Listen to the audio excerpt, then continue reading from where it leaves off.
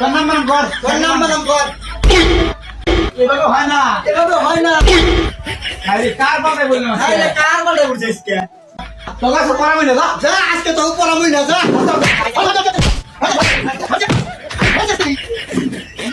বানাম করে করেন দে। সহজে বানাম করি। দে কোন গুনায় বানাম কর।